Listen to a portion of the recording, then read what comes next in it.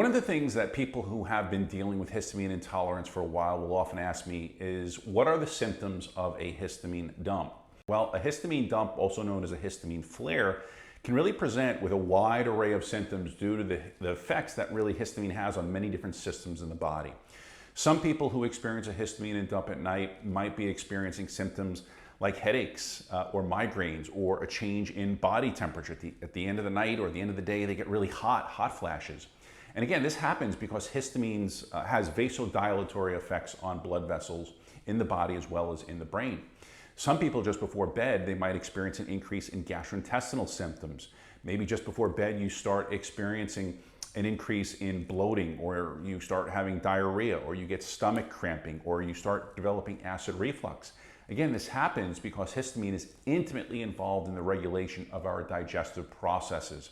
Now, sometimes a histamine dump can happen in the morning. When you get a histamine dump in the morning, you might wake up with nasal congestion, maybe a sore throat, or out of nowhere you start sneezing and you start wheezing or having difficulty breathing. In some people, just before bed, you might start to break out in hives, which is just kind of odd. You wake up and you go to get bed and all of a sudden your skin is breaking out. You feel this hot flush, you break out in hives. Again, this happens because histamine dilates or opens up our blood vessels. Now, some people will report changes in heartbeat. They might feel things like an anxiety attack coming on. Others might take their blood pressure and find that their blood pressure is running low. So many of these symptoms really parallel what someone who has MCAS, mast cell activation syndrome, or histamine intolerance experiences.